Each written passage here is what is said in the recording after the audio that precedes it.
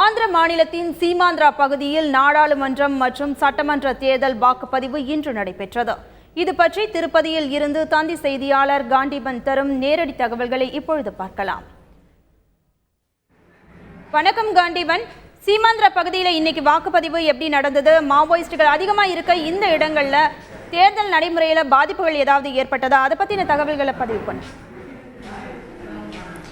வணக்கம் ரோகிணி. இன்றைக்கி காலையில் வாக்குப்பதிவு சீமாந்திராவில் 25 நாடாளுமன்ற தொகுதிக்கும் 125 சட்டமன்ற தொகுதிக்கும் தேர்தல் நடந்தது. காலையில் விறுவிறுப்பாகவும் சுறுசுறுப்பாகவும் நடைபெற்றிருந்த தேர்தலில் வாக்குப்பதிவுக்காக வாக்காளர்கள் வாக்களித்துட்டு வந்தாங்க. மதியம் வரைக்கும், அதாவது 53% வாக்குப்பதிவு முடிந்திருந்த நிலையில் இந்த மாநிலத்தோட பல்வேறு பகுதியில் கலவரங்களும் போராட்டங்களும் நடந்திருக்கு. அதில் குறிப்பிட்டு சொல்லணும்னா, விசாகப்பட்டினத்தில் இருக்கக்கூடிய சோயூர் மண்டலத்துக்கு உட்பட்ட ஒரு கிராமத்தில் இருக்கக்கூடிய வாக்குச்சாவடியில் இந்த 2 வாக்கு இயந்திரங்களை மாவோயிஸ்டுகள் தாக்குதல் நடத்தி அந்த 2 வாக்கு இயந்திரத்தையும் கைப்பற்றி எடுத்துகிட்டு போயிருக்காங்க. அதை தடுக்க முயன்ற காவல்துறையினரையும் தாக்கியிருக்காங்க. அவங்களுடைய வாகனத்தையும் தீயிட்டி கொளுத்திருக்கிறதா தகவல் வந்திருக்கு.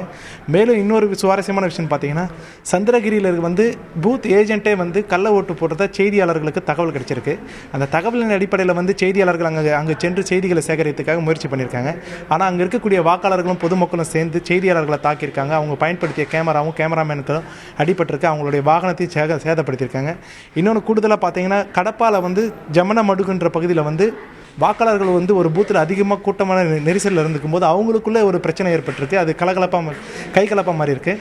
அந்த நேரத்தில் ஏசிபி அந்த பகுதியில் கட்டுப்படுத்துறதுக்காக போயிருக்காரு. இவங்களுடைய பிரச்சனையில் கல்லெறி சம்பவம் நடைபெற்றிருக்கு. அதில் ஏசிபி தலையில் கல்லடிப்பட்டு காயம்பட்டதாக தெரிய வருது. அதனால் அங்கே பாதுகாப்பு பணியில் இருந்த காவல்துறையினர் தடியடி நடத்தி அங்கே வாக்களிக்க வந்த வாக்காளர்கள் துரத்தி அடித்ததுனால அந்த வாக்குச்சாவடி விரிச்சோடி காணப்பட்டிருந்த தகவல் கிடைச்சிருக்கேன். குறிப்பாக சீமாந்திரா பகுதியில் இன்றைக்கி நடந்த தேர்தல்னு சொல்லி பார்த்தீங்கன்னா, ஒய்எஸ்ஆர் காங்கிரஸுக்கும் தெலுங்கு தேச கட்சிக்கும் அந்த கட்சியை சேர்ந்த தொண்டர்களுக்கும் மாநிலம் முழுவதும் பல்வேறு மாவட்டங்களில் கல்லெறி சம்பவங்களும் வெட்டுக்குத்து சம்பவங்களும் நடைபெற்றிருக்கிறத தேர்தல் வட்டாரம் சொல்கிறாங்க. அதே நேரத்தில் இந்த மாதிரியான அசம்பாவிதம் நடந்த பகுதியில் மறு வாக்குப்பதிவு நடத்துறதுக்கு தேர்தல் ஆணையம் முடிவு செய்யக்கூடிய வாய்ப்பு இருக்கிறதா தேர்தல் வட்டாரங்கள் தெரிவிக்கின்றன.